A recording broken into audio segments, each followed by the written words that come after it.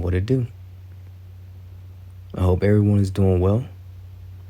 Unless, of course, you play for the Green Bay Packers.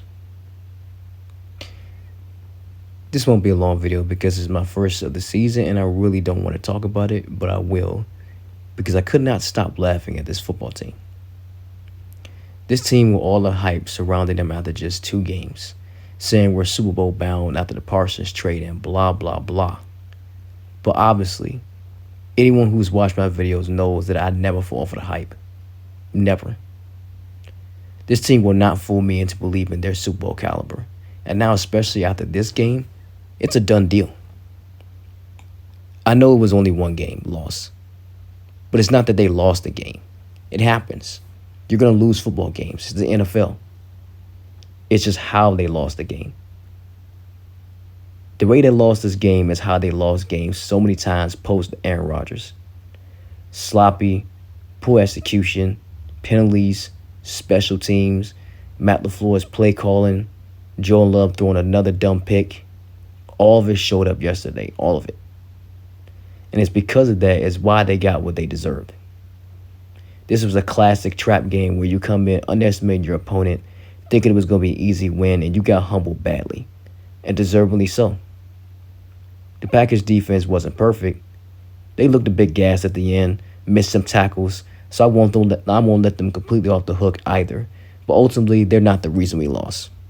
It's the offense. The offense has been a problem since week 1. I know it's easy to overlook it because we beat the Lions and the Commanders, but the signs were already there. The offense is very inconsistent. They can't run the ball at all. The offensive line is banged up, causing lots of rotations and giving Love less time in the pocket and no running lanes for Josh Jacobs whatsoever. He's averaging only about 2 yards per carry. That's not going to cut it. That interception by Jordan Love was awful, but that's Jordan Love. You know he's going to throw a thumb pick interception at some point. He's thrown some turnover-worthy balls since every game since the start of the season, and he only just finally paid for it. But that's just who he is, and we got to live with it. As long as he's our starting quarterback, you know what you're going to get. He's going to make a lot of really good throws, especially in tight windows. He's got that classic gunslinging mentality. And you just know at some point that one bad throw is going to come. You just got to live with it. That's Jordan Love.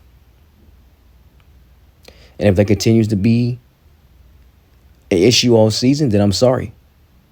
You're not winning a championship. It all stops up front. How many times do I got to say it? The games are won in the trenches. And you let the opposing team dominate you up front, you already lost. It's how we beat the Lions and Commanders, and now it's happened to us. We're just lucky the Browns offense has its own issues. But yeah, I hope this game wakes up Packers fans and video makers who were expecting this to be an easy win. And trust me, I watch a lot of Packers fans on social media and YouTube, and majority were not taking this Browns team seriously, despite the fact that they have arguably the best defense in the league. And you're on the road. Matt LaFleur coach scared all game.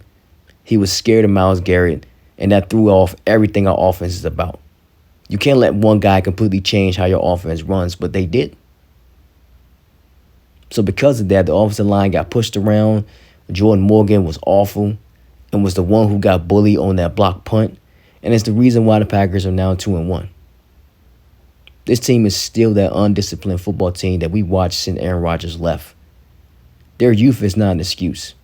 It's obviously that there's no leadership in that locker room. Guys are not just being held accountable. You're not going to win games committing 14 penalties. You're not going to win games not being able to protect your quarterback. You're not winning games with a scared head coach. And you're damn sure not winning any games with the worst special teams unit year in and year out.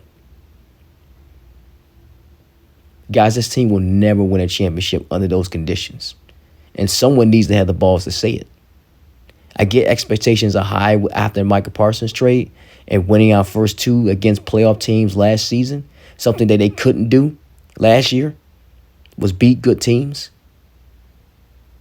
So after beating the Lions and Commanders, I get the expectations were high. But I'm sorry. They're still not there yet. Those problems that I mentioned are still there and have been there since week 1. And they caught up quickly. So pump the brakes on this team. They're not there yet. Don't be a prisoner of the moment. Still a lot of football left. But until then, I'm out of here.